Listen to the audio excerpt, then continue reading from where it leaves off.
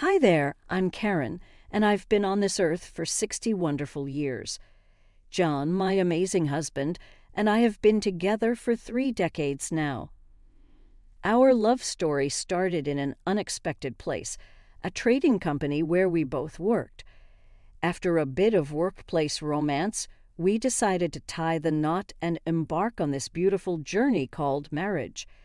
Now let me tell you about our 2 sons, but buckle up because there's a bit of a twist in the tale. "I want to marry you, Karen, but I have a child already," John said to me once.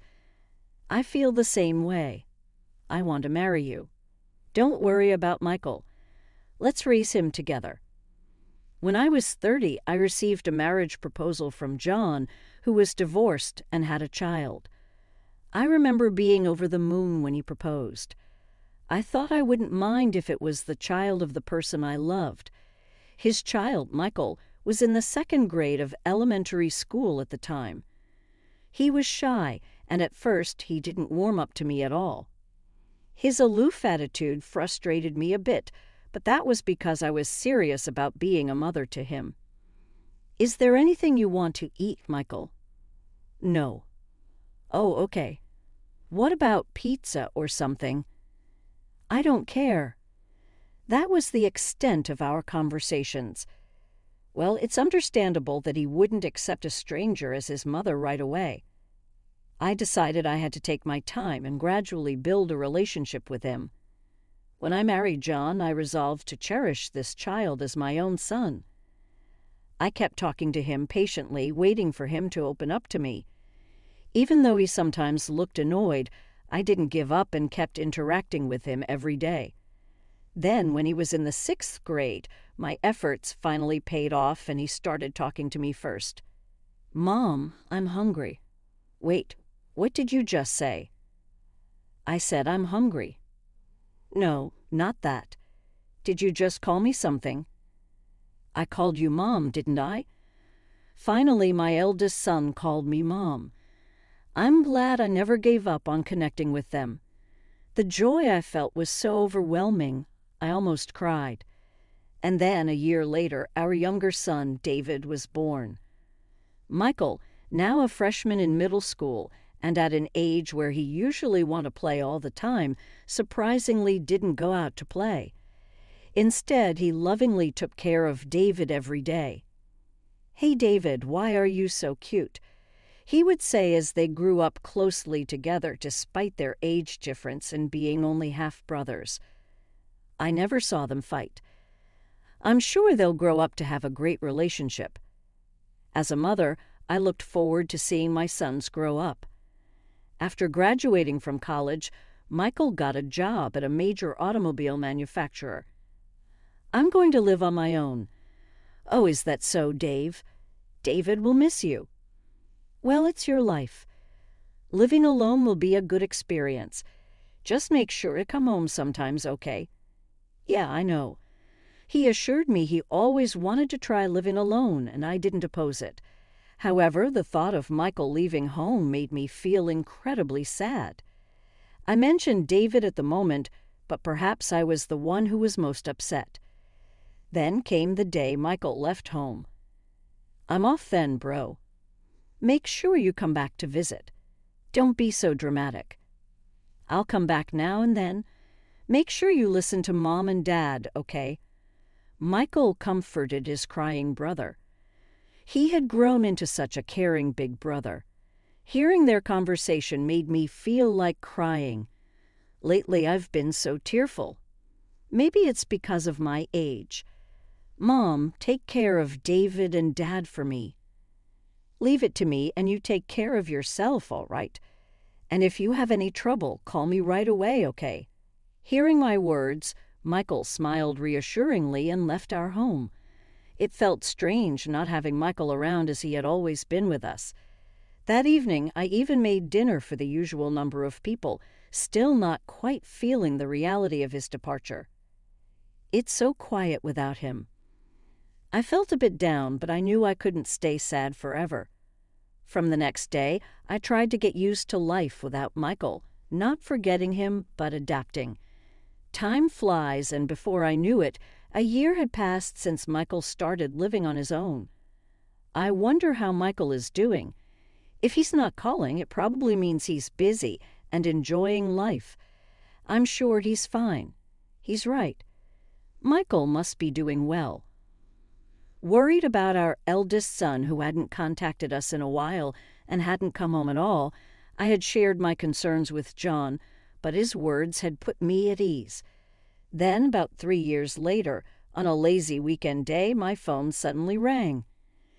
Who could it be on a holiday? Probably just a telemarketer. With a sigh, I picked up the phone, only to see Michael's name on the display. Hello. It's been so long. Are you doing well? Haven't been sick, have you? Are you eating properly? Don't bombard me with questions all at once. Oh no, I got carried away with my questions due to the surprise of hearing from him after such a long time. I'm fine. Don't worry. But listen, there's someone I want to introduce to you. Someone to introduce. Could it be? I guessed from the slightly embarrassed tone in Michael's voice. That's a girlfriend, isn't it? Are you? Yeah, I'm thinking of getting married. I was taken aback to hear that Michael had a girlfriend and was even talking about marriage. I was so surprised I almost dropped the phone, but at the same time I felt a deep joy. Really? Congratulations. You finally found someone you want to marry. Yeah, that's right. And I was wondering if you're free next Sunday. I'm free. I'll tell your dad too. Thanks, I appreciate it. After hanging up, I immediately told John about Michael. Listen, Michael, What's the matter? Calm down. I can't calm down. Michael's getting married. Really? Is that true? Why would I lie? It's all set. He's bringing her over next Sunday. Make sure you're free. Of course. Wow, it feels like a dream. Michael is getting married. John and I both ended up crying tears of joy. A little while later, I went up to David's room. David, can I talk to you for a sec? What's up? Your brother, he's getting married. David dropped his phone in shock. The news of Michael getting married must have been that surprising. I understood how he felt. He's bringing her over next week, so make sure you're free, okay? I got it. I'm surprised, though. That jerk brother of mine. I thought he was just not coming home for a while, and now he's getting married. David's words were harsh, but his expression was gentle. He was now a college student and hadn't spoken to Michael in a long time. Still, his face showed that he still cared deeply for his brother. This fact alone made me very happy. Then came the day of the introduction. Wanting to make a good impression, the three of us, excluding Michael, decided to welcome them grandly. We arranged for high-end sushi delivery and famous desserts, things we'd never normally have at home. Everything was ready as we were preparing. The doorbell rang. He's finally here. I've brought her. Okay, got it. I'll open the door now. When I opened the front door, there stood a charming woman. She looked almost like a doll. Nice to meet you. I'm Karen, Michael's mother. I greeted her. Ah, let me introduce her. This is Susan, my girlfriend. We're planning to get married. Nice to meet you, Michael introduced. After exchanging greetings at the doorstep, we moved into the living room. My husband and David were stiff as statues. John addressed them. Dad, David, you're too tense. I introduced her to Mom earlier, but let me do it again. This is Susan, my girlfriend. Please get along with her. She's cute. You're marrying such a beautiful woman. Am I dreaming? You're all so funny. I'm Susan. Please take care of me from now on. Her presence immediately lightened the mood. My husband and David gradually relaxed as we chatted and shared a lavish meal. Oh, is it that late already? Time flies when you're having fun. It was already 6:00 p.m. Sorry for staying so late. No, it's totally fine. As I talked with Susan, my husband stood up, taking John and David to his room for a serious talk. Left alone in the living room, an awkward silence fell between Susan and me. What should I do? I need to start a conversation. So when are you planning to have the wedding? Excuse me. Do you mind not speaking so casually to me? Huh? What? What does she mean? Just a moment ago, she was all smiles, and now she's giving me cold stares and a curt attitude. Did I say something offensive? No, that can't be it. What's going on? I racked my brain but couldn't recall saying anything rude. What do you mean by that? I asked her directly, and her reply was shocking. I might as well be clear about this. You're a stranger to me, so please don't come to the wedding, okay? Huh. Michael told me you know. He's his dad's son, not related by blood to you. That's true, but I've raised him as my own son, and I considered him my real child. I was furious. How could she say such things to someone she just met? I was so angry, I almost lashed out. But Susan didn't stop there. I don't care about that. The fact that you're a stranger doesn't change. Oh, but we'll prepare a seat for the mother-in-law out of formality, so please make up some excuse to be absent, okay? To be rejected like this by someone who's about to become family, hearing her words, I felt my enthusiasm drain away. Her brash manner during what was supposed to be a happy occasion made it hard for me to feel celebratory. Fine, I'll do as she wishes. Understood. Then, as a stranger, I'll be absent, as long as you understand. Well, that's that then. Unbelievable. Someday she'll get what she deserves. Just as our conversation ended, my husband and the boys came back to the living room. How's it going, Mom? Do you think you can get along with Susan?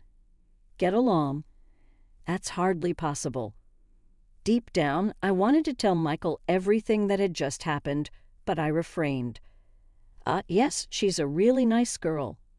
You know, take good care of her, after saying that they left as if nothing had happened. Maybe I should have told John and David right then that Susan said strangers shouldn't come to the wedding. But if I had, John would have likely told Michael immediately. I couldn't bear to upset Michael in his happiest moments. Out of a parent's heart, I ended up not sharing anything. Half a year later, it was finally Michael's wedding day. It's finally here. Hey, David, make sure you're dressed sharp, okay? I know. John and David were all excited since the morning, but as the wedding time approached, my mood kept sinking. Well, shall we head out? We drove for about an hour from our home to the wedding venue. The venue was already filled with many guests and was quite lively. What should I do? I told Susan I wouldn't come. I felt so sick I could hardly stand as I sat on a chair in the reception lobby to catch my breath. David approached me. Mom, you look pale. Are you okay? Yes, I'm fine. Maybe it's a cold. I lied on the spot, but he saw right through it. I hate to say this, but Mom, that's not a cold, is it? What happened? It's not a lie. I've been feeling a bit under the weather since yesterday. How long do you think I've known you? Don't lie and just tell me what happened. David raised his voice at me. I appreciated his concern, but if he's too loud, keep it down a bit, will you? If you're so loud, everyone will stare. Sure enough, people around us started to pay attention.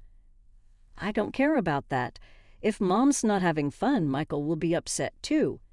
Tell me what happened, David insisted, looking straight at me.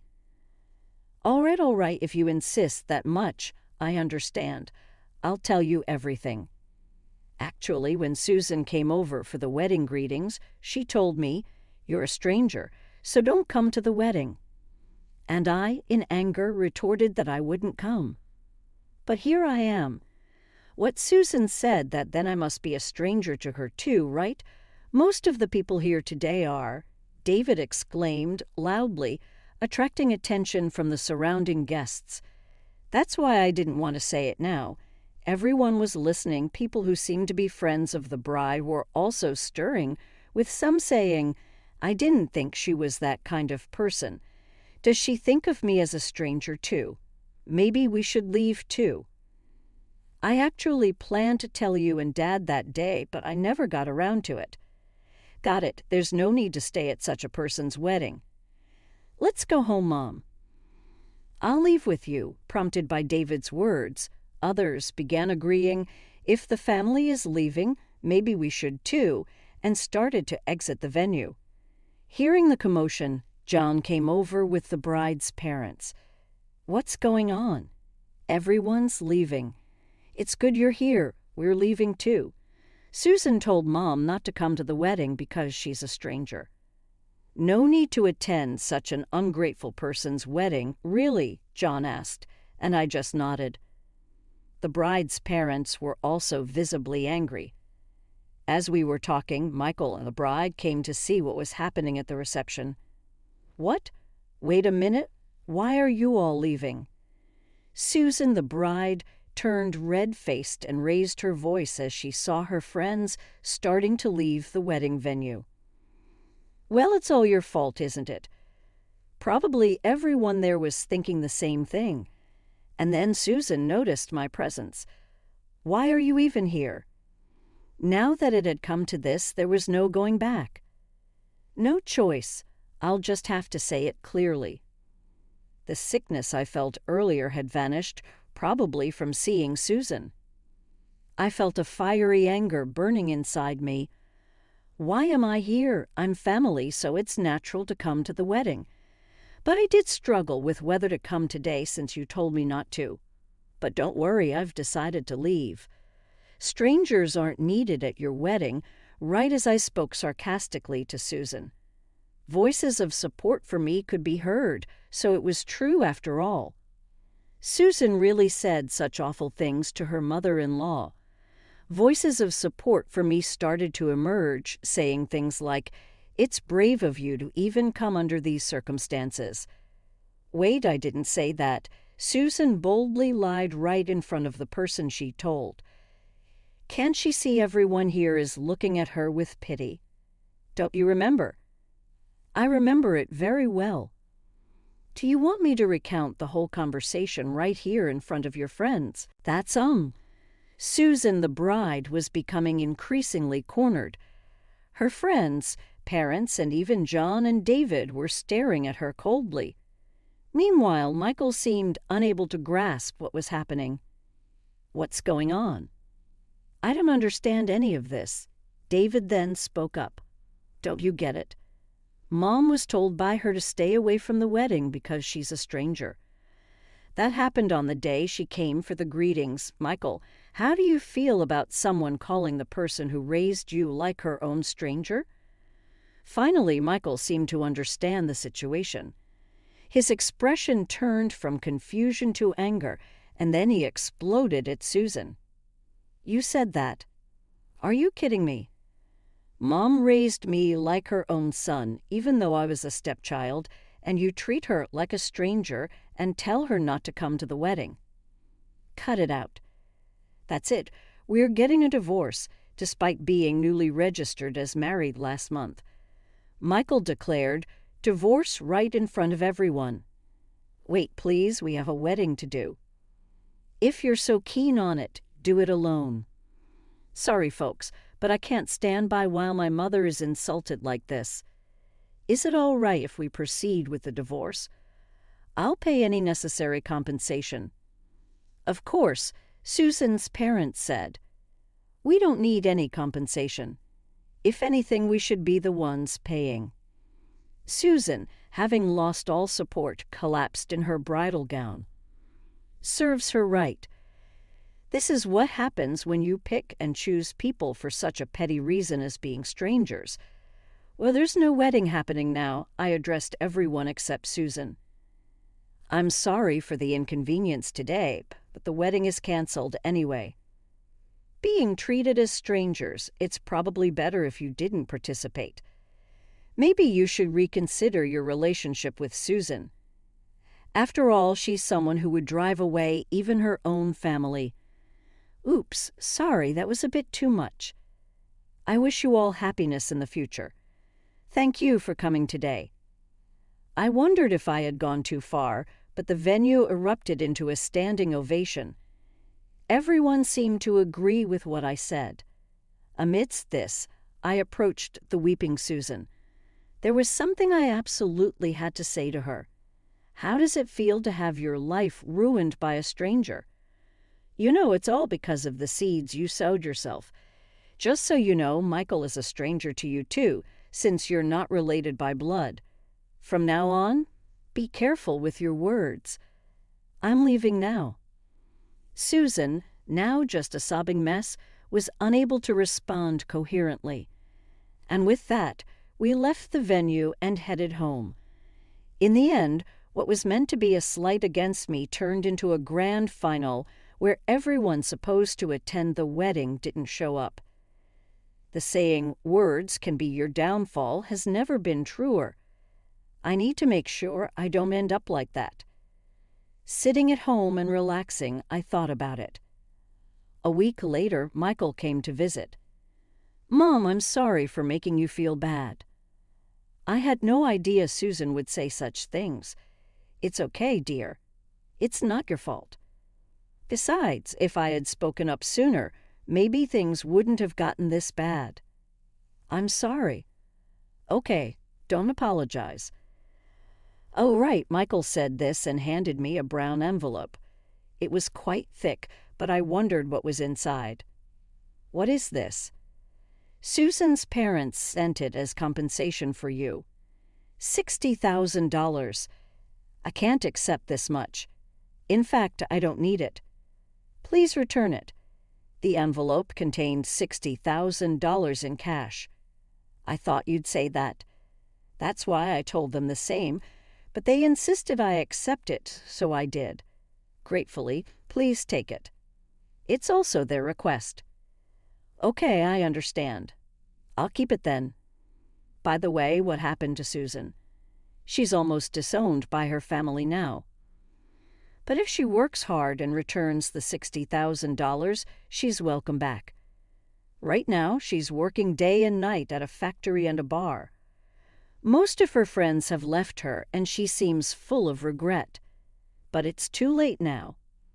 Michael was right. It's too late to regret now. Michael continues to live alone, but unlike before, he comes home about once a month now. Each time he does, he and David go shopping together. It's heartwarming, almost like seeing them as kids again. Someday Michael might remarry and David might get married. I hope their closeness continues forever.